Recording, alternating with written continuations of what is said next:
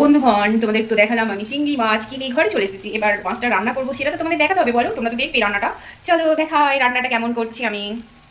এই যে একটু আজকে মানে একটাই তরকারি করছি, বর আজকে দুপুরে খাবে না, তাই চিংড়ি মাছটা একটু আলু দিয়ে এই কষা কষা করছি, পেঁয়াজ শাক দিয়ে। এখনও ঠিকঠাক রান্নাটা হয়নি, এখনও দেরি আছে রান্না হতে। দেখো কেমন হয়েছে। আজকে এটাই আমার মেনু। চিকেন খাওয়া বন্ধ করে দিচ্ছি, এখন নাকি শুনছি চিকেনে নাকি বার্ড ফ্লু হচ্ছে, তাই ভাবলাম রবিবার চিকেন খাবো না, চিকেন পুরো একদম বন্ধ। তাই চিংড়ি মাছটা করেছি। আমার ভীষণ ভীষণ ভালো লাগে চিংড়ি মাছ খেতে, তাই রান্নাটাও মোটামুটি হচ্ছে, এখনো কমপ্লিট হয়নি, হবে। আজকে দুপুরের মেনুটা আমি একা থাকি বলে একার কোনো জ্বালানি, জাস্ট ভাত আর একটা তরকারি করলেই হয়ে যায়, তাই এরকমই করেছি। তোমাদের সবার কি লাঞ্চ হয়ে গেছে? আমার এখনো হয়নি, এখন ঘড়িতে বাজে 1:30।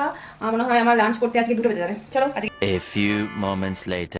বন্ধুরা দেখতে পাচ্ছ আমার চিংড়ি মাছের কারি পুরো রেডি হয়ে গেছে। রান্নাটা কেমন হয়েছে তোমরা কমেন্ট করে অবশ্যই জানাও। গন্ধটা দারুণ আসছে, খুশবু খুশবু, দারুণ খুশবু। আজকে তো জমে ক্ষীর হয়ে যাবে খাওয়া দাওয়া।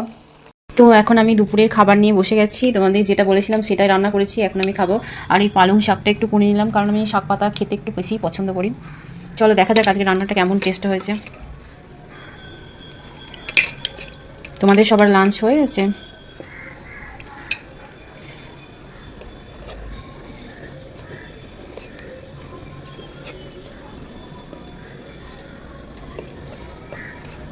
দেখি কেমন হয়েছে।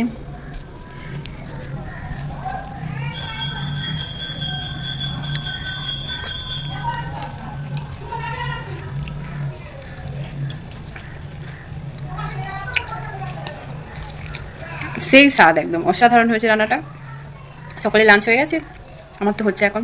চলো আজকে ভিডিওটা এই পর্যন্তই।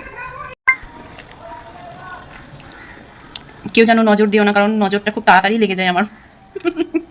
খুব তাড়াতাড়ি নজর লেগে যায় আমার, নজর দিও না যেন কেউ।